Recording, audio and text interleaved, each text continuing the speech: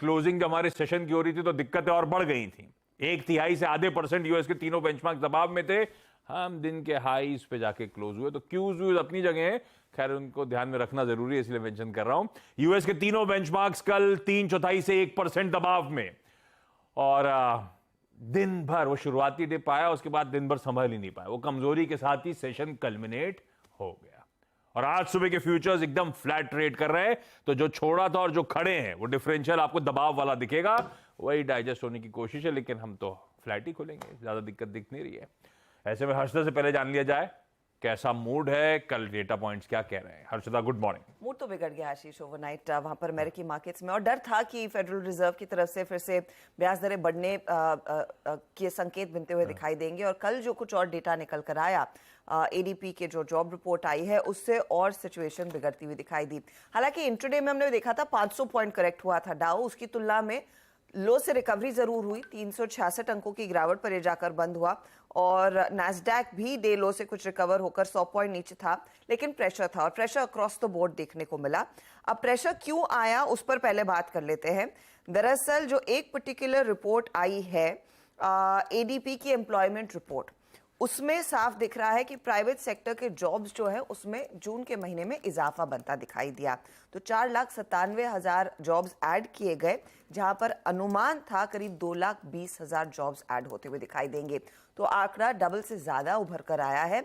उससे चिंता बनती हुई दिखाई दी है कि इकोनॉमी में उतना कूल ऑफ नहीं देखने को मिला है जितना फेड शायद देखना चाहता है। और मई के महीने में करीब 2,67,000 जॉब्स, ये एडीपी प्राइवेट सेक्टर का डेटा आपको पेश करता है। आज शाम को क्लियरली वो जॉबलेस क्लेम्स के डेटा पॉइंट्स आएंगे। वहां पर अगर स्थिति और भी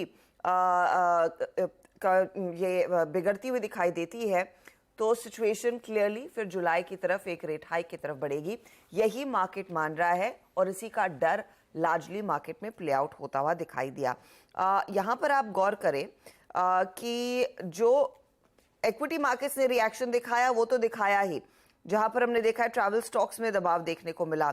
दूसरी तरफ मैं नोटिस कर रही थी कि एसएनपी के ज्यादातर इंडस्ट्रियल स्टॉक्स में प्रेशर था, एनर्जी स्टॉक्स में प्रेशर बनता दिखाई दिया। तो ये कुछ पॉकेट्स ऑफ वीकनेस थे। लिवाइस स्ट्रॉस का स्टॉक, अब लिवाइस जैसे ब्रांड्स जो प्राइमरीली वो कंजम्पशन थीम को रिफ्लेक्ट करते हैं, उसमें आफ्टर आज में आप देखिए 6% तक की गिरावट बनती हुई दिखाई दे रही है, क्योंकि वो भी कह रहे हैं कि हमारी सेल्स इतनी कुछ खास अच्छी नहीं होंगी। Q2 में और भी सेल्स में गिरावट बढ़ती हुई दिखाई देगी।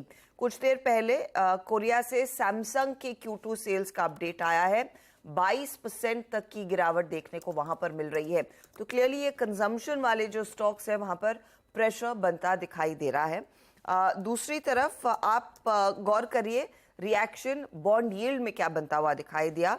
तो हम 10 ईयर ट्रेजरी यील्ड फॉलो करते हैं अमेरिका की, और 2 ईयर ट्रेजरी यील्ड फॉलो करते हैं।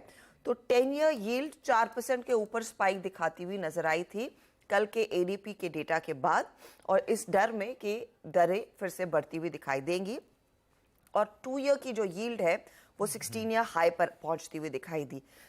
Excuse me.